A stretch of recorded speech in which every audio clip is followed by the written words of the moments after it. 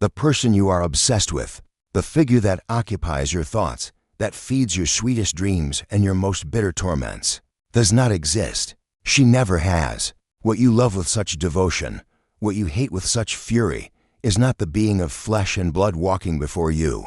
It is a ghost, a golden specter, woven from the threads of your own incomplete soul. It is the face of your anima or your animus, the image of the inner god or goddess that you have torn from within yourself and projected onto a human canvas, demanding that this person play a divine role that will crush them. And the agony you feel in your relationships is not the failure of love. It is the sound of your own soul screaming to be rescued, to come home. What we will do here, together, is not a video. It is a ritual of unveiling, a psychic surgery to remove this projection and, perhaps for the first time, allow you to see the truth. But be warned, this journey requires courage. It will lead you to confront the shadow you have avoided your entire life. If you are looking for easy answers or magical solutions, this place is not for you. But if you are ready to descend into your own unconscious and reclaim your power, then your path begins now. Make this an active commitment to your own soul. Subscribe to the channel so you do not get lost in the darkness to come. Anchor this truth in your reality by clicking the like button and declare your intention in the comments with the phrase, "I begin the inner journey." Each action is a step that takes you away from illusion and brings you closer to your totality. Now, if you have the courage, proceed. At the beginning of every great passion, there is a mystical event, a sense of cosmic recognition. You look at the other and feel, with a certainty that shakes the foundations of your reality, that you have found them. Not a person, but the person. Destiny, the red thread, the soulmate. The world, once gray and monotonous, explodes in vibrant colors. Every song seems to be about you. Every sunset is a blessing upon your union. This state, which poets call love and cynics call delusion, is, in fact, one of the most powerful and dangerous phenomena of the human psyche. The encounter with one's own projected soul. The unsettling truth is that this overwhelming euphoria, this feeling of being finally complete, has almost nothing to do with the other human being. It is the result of a purely internal event. Your psyche, in its incessant search for wholeness, has found a perfect canvas on which to paint the image of your lost inner counterpart, the anima. For a man, the animus; for a woman, what you experience as an external miracle is the echo of an internal reunion. You have not fallen in love with a person, you have fallen in love with yourself. The other becomes a sacred mirror, and the image it reflects is that of the god or goddess dwelling in your depths. This is the promise of romantic love, the chance to glimpse, through the eyes of another, the magnificence of your own soul. And herein lies the most subtle and devastating trap. By locating this divinity outside of yourself, you hand over the key to your wholeness. You become a worshiper, a devotee of an idol you have carved yourself. You begin to depend on the other to feel alive, complete, worthy. The source of your ecstasy is now in the hands of a fallible human being, who has no idea of the divine burden that has been placed upon their shoulders. This is the Faustian bargain we sign in the name of love. We trade our inner sovereignty for a temporary glimpse of paradise. The stage is set, not for a union of souls, but for an archetypal drama of power, possession, and, inevitably, a painful disillusionment that will be the true catalyst for your journey of individuation. To understand the mechanics of projection, we need to name the entities that operate in the shadows of the psyche. Carl Jung identified them as the anima and animus, archetypes of the collective unconscious, primordial images that represent the inner sexual counterpart of each individual. The anima is the eternal image of the feminine that every man carries within him. She is not a specific woman, but the distillation of all experiences with the feminine, beginning with the mother and extending to all female figures in history and mythology. She is the muse who inspires creativity, the sorceress who connects him to the irrational and intuitive world, the soul who gives depth and meaning to his life. When a man does not have a conscious relationship with his anima, he does not feel her as part of himself. Instead, she possesses him through dark moods and irritable sensitivity. Or he projects her violently onto a woman, demanding that she be the personification of his soul, a goddess who must be at once pure and seductive, maternal and wild.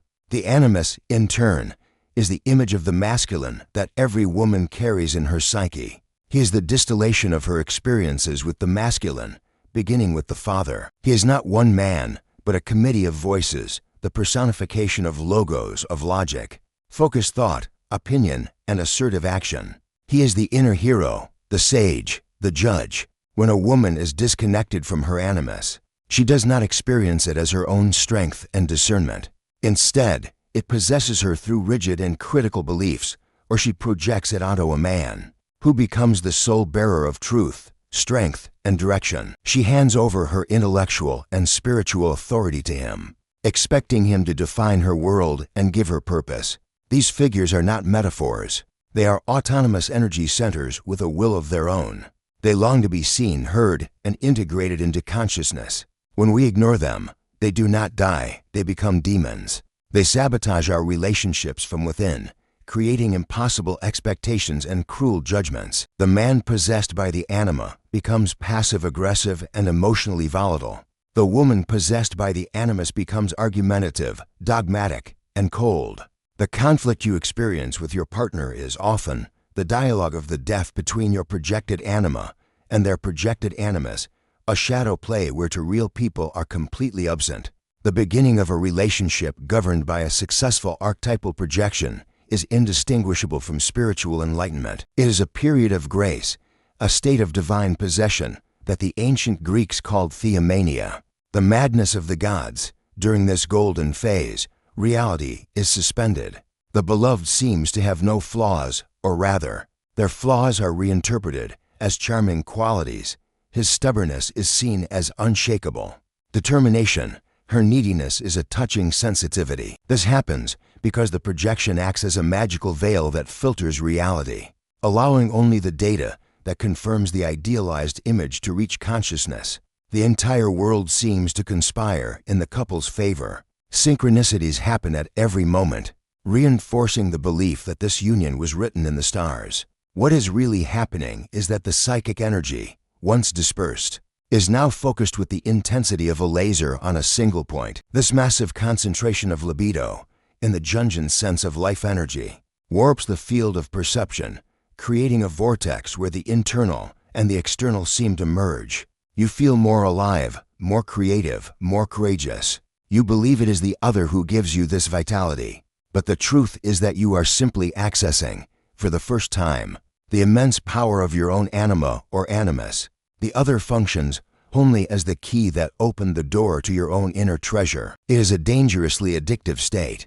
The brain is flooded with a neurochemical cocktail of dopamine, oxytocin, and vasopressin, which creates an almost unbreakable bond of attachment. The psyche becomes dependent on this emotional drug, and the carrier of the projection becomes the indispensable source of this substance.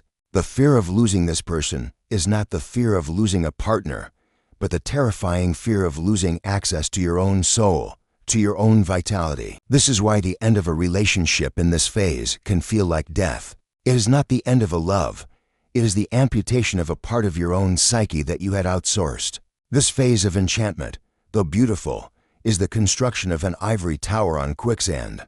The higher the pedestal we place the other on, the more devastating the fall will be when the inexorable force of reality begins to erode its foundations. No human being can sustain the weight of being a god for long. Projection demands a perfection that human nature denies. And then, inevitably, it happens. It might be something small, almost insignificant, a harsh comment on a bad day, an annoying habit that was previously ignored, a moment of weakness, of fear, of selfishness, a gesture that doesn't fit the script of the mythical hero or the compassionate goddess. And in this moment, a crack appears on the immaculate surface of the idol. It is the first infiltration of the shadow. The shadow, in Jungian terms, is our other self, the repository of everything we repress and deny in ourselves for being considered unacceptable, inferior, or evil. And just as we project our idealized soul anima, animus, we also project our shadow onto others, especially those closest to us. At the beginning of the relationship, the partner's shadow is invisible, hidden by the glow of the positive projection. But when the first crack appears, it is through it that the shadow begins to leak. Suddenly, His unshakable determination starts to look like controlling arrogance. Her touching sensitivity turns into manipulative emotional blackmail. It's not that the person has changed. It's that your field of vision has widened enough to include the traits that were always there, but that you refuse to see. This is a moment of existential crisis. The cognitive dissonance is immense. How can the bearer of light also be the bearer of darkness? The ego's initial reaction is denial. He's not like that. He's just going through a phase. Or anger. How dare he disappoint me like this? The conflict that emerges is not a simple couple's quarrel. It is a holy war. It is your fantasy fighting desperately for survival against the invasion of reality. Every argument is an attempt to force the other back onto the pedestal, to wear the mask of perfection again. The pain you feel is the pain of your own illusion being shattered. It is the mourning for the God you created and who is now dying before your eyes, revealing beneath the peeling gold the face of an ordinary human being, flawed and frighteningly real. This awakening is brutal, but it is also an act of mercy. It is the first true call from your soul to abandon the world of fantasies and begin the journey to conscious love. This is the cry that echoes at the epicenter of the relational earthquake. You're not who I thought you were, or you've changed. This accusation, laden with pain and betrayal, is perhaps the most dishonest and, at the same time, most revealing phrase in all of human drama. It is dishonest because the blame is transferred entirely to the other. The responsibility for creating the fantasy is completely denied. The accuser places themselves in the position of an innocent victim of deceit, when, in fact, they are the author, director, and protagonist of the play that is now collapsing. They were not deceived. They deceived themselves. They fell in love with a mirage and now blame the dessert for their thirst. However, the phrase is profoundly revealing. It is an involuntary confession. By saying, "You're not who I thought," the person is admitting, without realizing it, that their relationship was not with the real individual, but with a thought, an image, a mental concept that they themselves constructed. It is the unconscious acknowledgement of the projection. The pain that accompanies this revelation is excruciating, because it attacks the ego's fundamental narcissism. The ego prides itself on its judgment, on its ability to read people. The failure of the projection is felt as a humiliating personal failure. The anger directed at the other is, in large part, anger at oneself for having been so blind. This is the point where many relationships end. The pain of disillusionment is so great that the ego prefers to shatter the mirror rather than face the image it reveals. The person leaves, in search of a new canvas, a new face upon which they can cast the same projection, repeating the cycle of idealization and destruction. But for those with the courage to remain in the fire, this moment of crisis is a calling. It is an invitation to ask a radically new question. Instead of asking, "Why did you disappoint me?" the question becomes, "What in me needed you to be this God? What part of my own soul did I give to you? Why did I need to create this fantasy? And what does its death reveal about me?" This shift in perspective is the beginning of the true spiritual journey. It is the moment when a person stops being a victim of circumstances and starts becoming an alchemist of their own experience, ready to transform the lead of disappointment into the gold of self-awareness. In popular culture, conflict in a relationship is seen as a sign of trouble, a symptom of incompatibility, a failure. In depth psychology, conflict is a sign of life. It is the soul's fever, indicating that an infection, unconscious projection is being fought. A total absence of conflict can be the silence of the graveyard. Where do people live side by side in a tacit agreement not to disturb each other's projections, resulting in a deadly stagnation? The fight, the argument, the tension are, in their essence, desperate attempts at communication, not between two egos, but between two entire psyches struggling to be seen in their totality. When your partner complains that you never listen to her, what her anima might be screaming is, "My inner world, my intuition, my feelings are not being seen or valued by you or by myself." When your partner accuses you of being irrational, what his animus might be trying to say is, "The logic and order that I project onto you are being threatened by the chaos of real emotion, and that scares me." Every conflict is a portal. It is a golden opportunity to make the unconscious conscious. The key is to learn to translate the language of conflict, Instead of reacting to the literal content of the fight, you didn't put the toilet seat down. One must ask, what does this event symbolize? What archetypal wound is being touched here? The toilet seat can be a symbol of disrespect, of neglect, of a lack of care that touches a primary wound of not being valued. The discussion is not about the object, but about the symbol. To pass through this portal, one must suspend the need to be right. The goal is not to win the argument, but to understand what is happening at the level of the soul. This requires radical listening, an attempt to hear not just the words, but the pain, the fear, and the longing that hide behind them. It is an invitation to ask, what part of me is being activated by this? What aspect of my own shadow or my anima, animus is being projected in this situation? By approaching conflict in this way, it ceases to be a battlefield and becomes an alchemical laboratory, a sacred space where projections can be seen, understood, and finally dissolved, paving the way for a much deeper and more authentic form of intimacy. Withdrawing a projection is one of the most difficult and courageous psychological acts a human being can undertake. It is not a simple intellectual exercise of deciding to see the other as they are. It is a visceral process, an act of psychic withdrawal that resembles surgery without anesthesia. The reason for this difficulty is that the projection has become part of your identity. The idealized we has merged with the I. To renounce the projection means to renounce a part of yourself, or at least an image of yourself that depended on the idol's existence. It is to face a void. The world that was colorful and full of meaning suddenly becomes flat and gray. The vitality that seemed to emanate from the other disappears, and you are forced to confront your own inertia, your own inner desert. The first step in this work is the radical acceptance of the pain of disillusionment. Instead of running from it or blaming the other for it, you must sit with it. You must allow the grief for the dead God to happen. This mourning is not for the partner you lost, but for the fantasy you lost, and for the innocence that died with it. The second step is relentless and honest questioning. It is the work of separating the threads. You must ask yourself, what qualities did I admire in him? For that are, in fact, qualities of my own undeveloped anima animus. If you admired his strength, where is your own strength? If you adored her compassion, where is your own capacity to feel? It is a process of reclamation. Every quality you projected must be consciously recognized as a potential within yourself, and then actively cultivated. This is what Jung called becoming conscious. If the projection was of creativity, enroll in an art class. If it was of wisdom, start reading the philosophers. It is practical work, not just reflection. This process is painful because the ego will resist fiercely. It would rather maintain the idealized image, even if it means living in a hell of conflict, than admit its own incompleteness. To withdraw the projection is to take 100% responsibility for your own happiness and development. It is to stop waiting for an external savior to come and give meaning to your life, and to begin the arduous and magnificent task of building that meaning from within.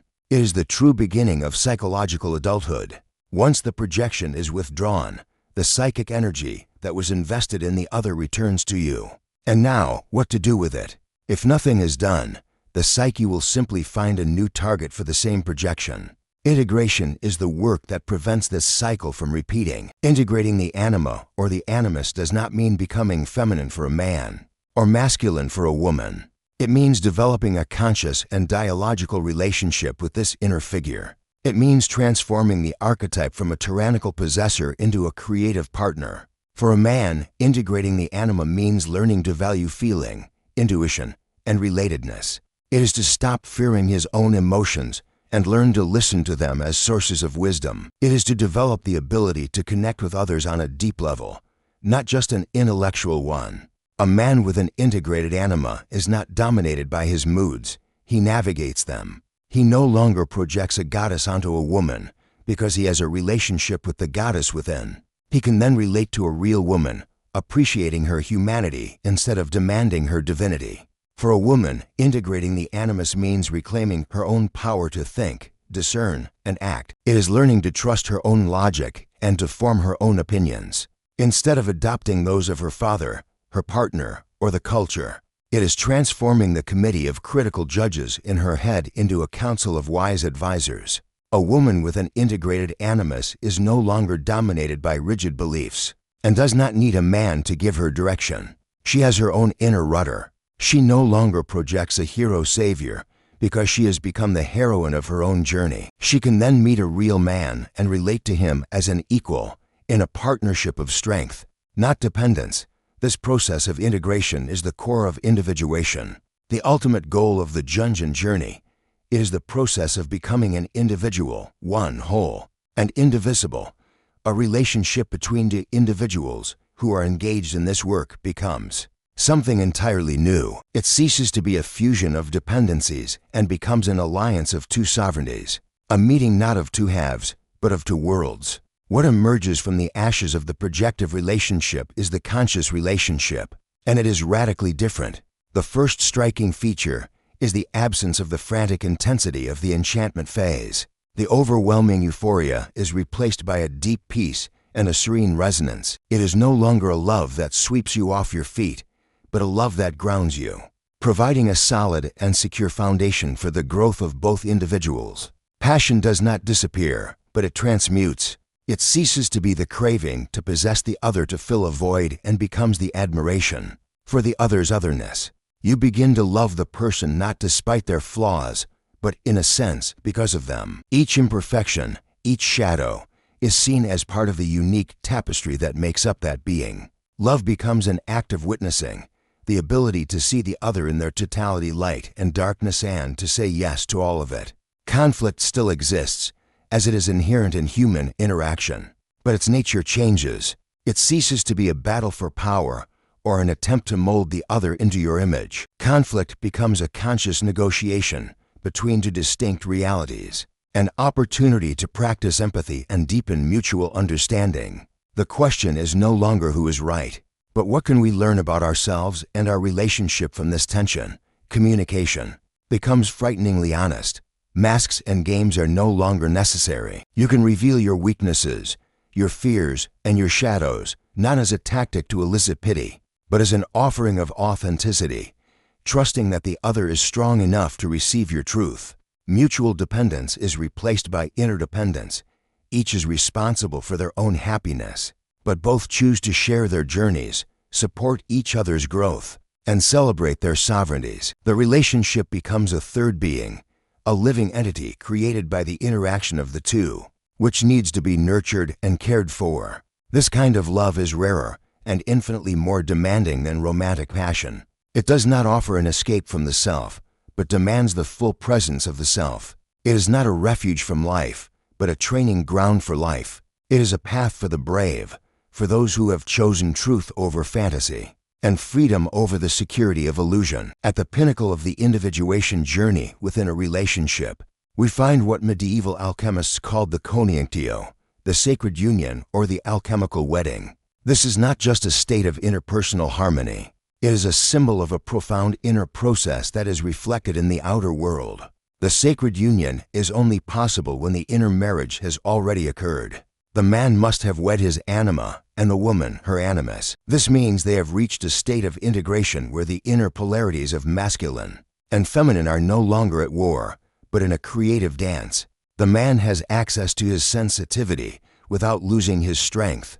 The woman has access to her power without losing her capacity to relate. They have become psychologically androgynous whole. When two individuals who have achieved this state meet, the relationship becomes an alchemical vessel, a sealed container where the final transformation can occur. The love between them becomes a transpersonal force. It transcends the ego and personal needs and serves a higher purpose, that of consciousness. At this stage, the shadow is not just tolerated, it is honored. The couple understands that light cannot exist without darkness. They learn to see each other's shadow not as a flaw to be corrected, but as a source of depth, vitality, and wisdom. The partner's anger might be seen as the manifestation of a healthy boundary that needed to be set. Their sadness can be a portal to deeper compassion. They become guardians of each other's shadow, helping one another to integrate it rather than repress it. This is the union of opposites that creates the lapis philosophorum, the philosopher's stone, which symbolizes the total and immortal personality. The relationship ceases to be about happiness, in the hedonistic sense, and becomes about meaning. It is a spiritual path walked by two, where every interaction is an opportunity to deepen consciousness. Love becomes an act of service to each other's soul. It is the recognition that, in the other, you find not your lost half, but a fellow traveler equally committed to the sacred work of becoming who you truly are. This is the love that does not imprison, but liberates. It is the love that does not seek a happy ending, for it understands that the soul's journey is infinite. It is the love born not from lack, but from the overflowing fullness of two beings who have found the entire universe within themselves.